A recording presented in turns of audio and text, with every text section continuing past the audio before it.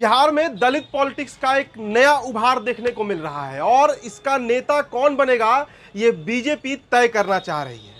हाल के दिनों में चिराग पासवान वर्सेस जीतन राम मांझी का एक नया प्रकरण शुरू हो गया है। खासकर जीतन राम मांझी के उस बयान के बाद जिसमें मांझी जी ने बड़े आसानी से ये बात कह दिया कि स्वर्गीय रामविलास पासवान के उत्तराधिकारी जो है, उनकी जो हायरार्की है, लेगेसी है, उसके सही मायने में उत्तराधिकारी जो है वो पशुपति कुमार पारस है, ना कि चिराग पासवान। अब इसके बाद सियासी भूचाल आ गया। आरजेडी की तरफ से बयान आने लगे कि बीजेपी अपने सहयोगियों को खा जाती है, खत्म कर देती है और इस बार चिराग पासवान पर नकेल कसने के लिए, चिराग पासवान को खत्म करने के लिए बीजेपी मांझी नाम का हथियार इस्तेमाल कर रही है।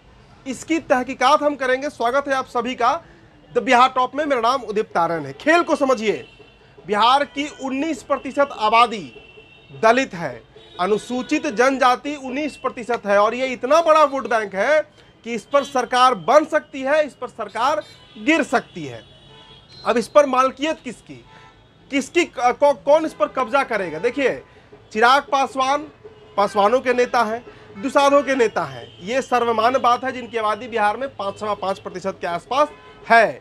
लेकिन जो 19% कुल आबादी है उसमें से अगर हम 5% को हटा भी दे तब भी 14% आबादी बच रहा है और ये एक बहुत बड़ा वोट बैंक है। मतलब यादवों की कुल आबादी 14% है और दुसाधों के अलावा जो अन्य दलित हैं उनकी आबादी भी 14% के आसपास है। तो ऐसे में क्या सेटिंग चल रहा है? देखिए, सुप्रीम कोर्ट की तरफ से जो फैसला दिया गया था आरक्षण को लेकर, इस पर अंतिम मुहर अभी से एक सप्ताह पहले लगा। इसमें सुप्रीम कोर्ट ने साफ कर दिया कि दलित आरक्षण जो है, SC ST रिजर्वेशन जो है, उसमें अब सब कोटा लाना चाहिए राज्य सरकारों को। इसकी अनुमति कोर्ट की तरफ से दी जाती है। इसका विरोध किया गया था। 10 अगस्त को यह फैसला पहली बार आया था और उसके बाद कड़ा विरोध किया गया। भारत बंद बुलाया गया। इसमें चिराग पासवान के तमाम नेता उतरे थे। नैतिक समर्थन किया गया था सोशल मीडिया पर चिराग पासवान की तरफ से। उनकी पार्टी नरेंद्र मोदी मुर्दाबाद के नारे भी बिहार में लगाते हुए सुना गया था। खेल समझिए। बिहार में चिराग पासवान दलितों के सर्वमान्य नेता बनना चाह रहे हैं। देखिए, जब 5% वोट के बल पे चिराग आज इतना बड़ा बार्गेन कर लेते हैं बीजेपी से कि मनमाना सीट लोकसभा में उनको मिला। पारस का सीट काटकर चिराग पासवान को दिया गया। सारे उनके सिटिंग MP जो मौजूदा सांसद थे उनको अब ध्वस्त करके बीजेपी ने चिराग के प्रत्याशियों को टिकट दिया। मतलब चिराग को टिकट दिया, 5 सीट मिली उनको। अगर चिराग पासवान के पास 19% वोट आ जाए, देखिए बिहार में पासवान के बाद जो दूसरी सबसे बड़ी आबादी वाली दलित जाति है वो चमार है। उनकी भी आबादी करीब 4.5 से 5% है। रिप्रेजेंटेशन उनका 0 है, प्रतिनिधित्व उनका 0 है। विधानसभा में है लेकिन लोकसभा में ना के बराबर है।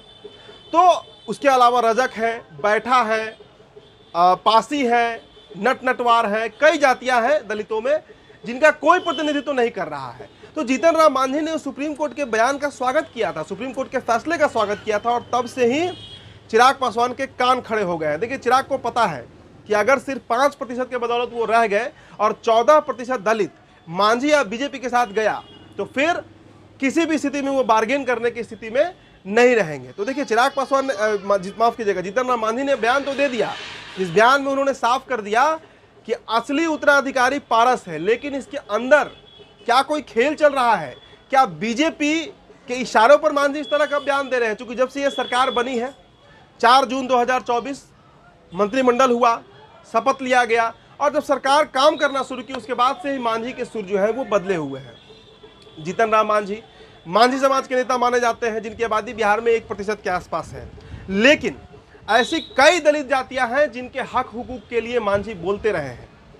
चिराग पासवान भी बोलते रहे हैं हालांकि, लेकिन चिराग का जो एक झुकाव है वो अपनी जाति विशेष की तरफ ज़्यादा देखने को मिलता है। तो ऐसे में विधानसभा चुनाव में चिराग पासवान मनमाना सीट ना मांग ले या उस लेवल पे बार्गेन ना करे कि बीजेपी को दिक्कत हो जाए सीट देने में, इसके लिए बीजेपी जो है वो कमर कस रही है और शायद उसी रणनीति के तहत जीतन राम मांझी से इस तरीके का बयान दिलवाया जा रहा होगा। देखिए, खबर की पुष्टि तो नहीं होती है, लेकिन जो राजनीति समझते हैं, जो राजनीति के जानकार लोग हैं और खासकर बिहार की राजनीति जो पूरी तरह जाति पर ही आधारित है, उसमें यह बात बड़ा साफ दिख रहा है कि चिराग पासवान को एक धुरी जो है, एक कॉर्नर जो है दलितों का, वो अपना नेता नहीं मान रहा है। कारण उनकी जो जाति है वो हर क्षेत्र में आगे है। राजनीतिक तौर पर आप देख लीजिए, कई रिजर्व सीट ऐसे हैं जहां से लड़ते पासवान ही हैं, चाहे हाजीपुर हो, जमुई हो। छेदी पासवान सासाराम से थे, हालांकि अब वहां पर मनोज राम आ गए हैं। ब्यूरोक्रेसी में आप देख लीजिए, पुलिस में देख लीजिए, शिक्षकों में देख लीजिए, सरकारी नौकरी में देख लीजिए, ठेकेदारों में देख लीजिए, व्यापार में देख लीजिए, हर जगह पासवानों का एक बोलबाला है। अन्य दलित कहाँ है? और इसी बात को बीजेपी मुद्दा बनाना चाह रही है। बीजेपी ने नैतिक समर्थन किया है, बीजेपी ने हाँ किया है चिराग पासवान को कि हम सुप्रीम कोर्ट के फैसले को लागू नहीं करेंगे। लेकिन सिर्फ फैसला लागू करने से क्या राजनीति बदल जाएगी? हम ये बात इसलिए कर रहे हैं क्योंकि बिना फैसला लागू किए हुए भी बिहार में चिराग पासवान को अन्य दलितों का दुश्मन के तौर पर बताया जा सकता है। और इसी राजनीति के तहत जीतन राम मांझी को आगे बढ़ाया जा रहा है, प्रोजेक्ट किया जा रहा है कि Jitan Ram Manjhi can be the game changer. क्या होगा ये तो भविष्य के गर्भ में है, लेकिन एक बड़ा सियासी बिसात बिछा दिया गया है। चिराग पासवान को समझना होगा, क्योंकि चिराग पासवान अगले विधानसभा चुनाव में खुद को मतलब सीएम के तौर पर भी मानकर चल रहे होंगे, उनकी पार्टी भी मानकर चल रही होगी। ऐसे में सीट बार्गेन को लेकर क्या होता है, इस पर सबकी नजर बनी रहेगी। फिलहाल इस रिपोर्ट में इतना ही। मेरा नाम उदित तारण है, बहुत बहुत शुक्रिया।